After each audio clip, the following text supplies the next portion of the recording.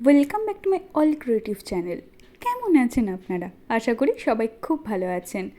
আজ আমি আপনাদের সাথে শেয়ার করব ঠেকুয়ার রেসিপি, যেটা কিন্তু ছট পুজোতে প্রসাদ হিসেবে ঠাকুরকে দেওয়া হয়। তাহলে আওয়াজটা শুনে নিন একটুখানি কেমন হয়েছে।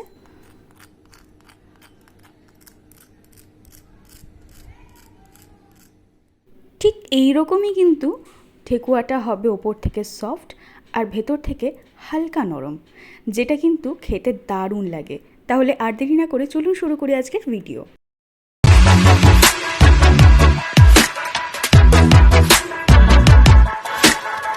প্রথমেই আমি একটা বড় থালা নিয়ে নিয়েছি স্টিলের, তাতে আমি 2 কাপ আটা দিয়ে দিয়েছি। এরপর দিয়ে দিচ্ছি 1 কাপ সুজি।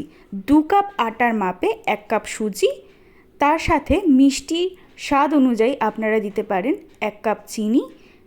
তার পাশাপাশি দিয়ে দিচ্ছি 1 বাটি নারকেল কোড়া, 1/2 কাপ গুড়।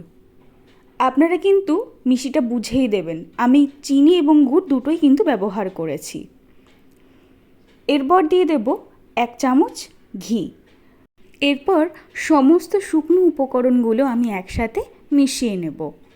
থালা নেওয়ার কারণ হচ্ছে সমস্ত যে শুকনো উপকরণগুলো আছে খুব ভালো করে কিন্তু আমি একটার সাথে একটা মিশিয়ে নিতে পারবো।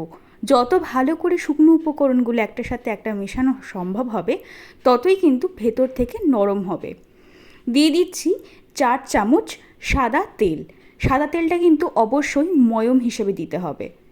আপনারা চাইলে পুরোটাই কিন্তু ঘি দিয়ে ব্যবহার করতে পারেন।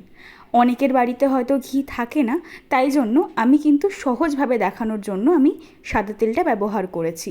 এই দেখুন, সমস্ত উপকরণগুলো খুব ভালো করে মিশিয়ে নিয়েছি এবং সাদা তেলটাও খুব ভালো করে আমি ময়ম দিয়ে নিয়েছি। মুট করলেই কিন্তু জোড়া লেগে যাচ্ছে। এরপর আমি 1 কাপ দুধ নিয়ে নিয়েছি। দুধটা কিন্তু আমি অল্প অল্প করে মিশিয়ে নেব এবং একটা শক্ত ডো বানিয়ে নেব। অবশ্যই কিন্তু মাথায় রাখতে হবে ডোটা কিন্তু একদম যেন শক্ত হয়, কারণ আপনারা দেখতেই পেয়েছেন যে আমি গোটা চিনি ব্যবহার করেছি। চিনিটা কিন্তু আস্তে আস্তে গলতে শুরু করবে, তাই জন্যই কিন্তু ময়মটা যতটা সম্ভব শক্তই করে মাখতে হবে।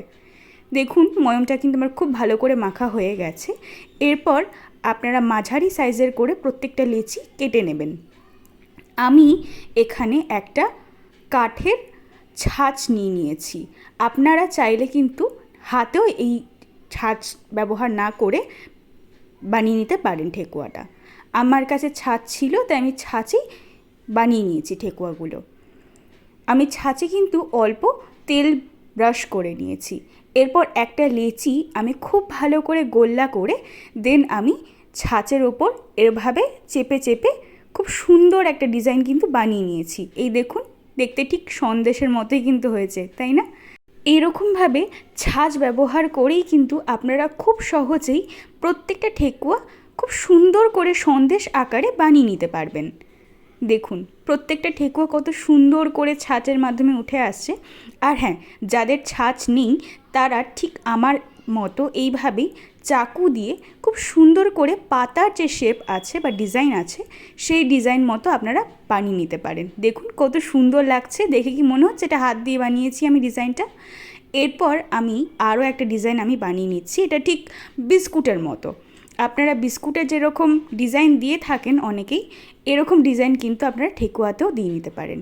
দেখুন, প্রত্যেকটা ঠেকুয়া কিন্তু আমি এভাবে বানিয়ে নিয়েছি। এরপর আমি গ্যাসে একটা কড়াই বসিয়ে দিয়েছি। কড়াইটা বেশ ভালো গরম হয়ে গেছে। দিয়ে দিয়েছি পরিমাণ মতো সাদা তেল। সাদা তেলটা কিন্তু আমি খুব গরম করব না, তাহলে কিন্তু প্রত্যেকটা ঠেকুয়া ওপর থেকে লাল হয়ে যাবে কিন্তু ভেতরে কাঁচা থেকে যাবে। তাই হালকা গরম তেলেই কিন্তু আমি প্রত্যেকটা ঠেকুয়াগুলো ভেজে নিচ্ছি। আর গ্যাসের ফ্লেম কিন্তু অবশ্যই লো টু মিডিয়ামই রাখতে হবে। দেখুন, হালকা হালকা করে একটা পিঠ ভাজা হয়ে গেলেই কিন্তু অন্য পিঠে উল্টে দিতে হবে। না হলে কাঁচা থাকা অবস্থায় যদি আপনারা উল্টাতে যান, তাহলে কিন্তু ঠেকুয়াগুলো ভেঙে যেতে পারে। আমি কিন্তু খুব বেশি গাঢ় বাদামি করে কিন্তু ভাজবো না ঠেকুয়াগুলো, কারণ হচ্ছে ঠেকুয়াগুলো যখন ঠান্ডা হয়ে যাবে তখন কিন্তু এমনি কালারটা আরও ডার্ক হয়ে যাবে।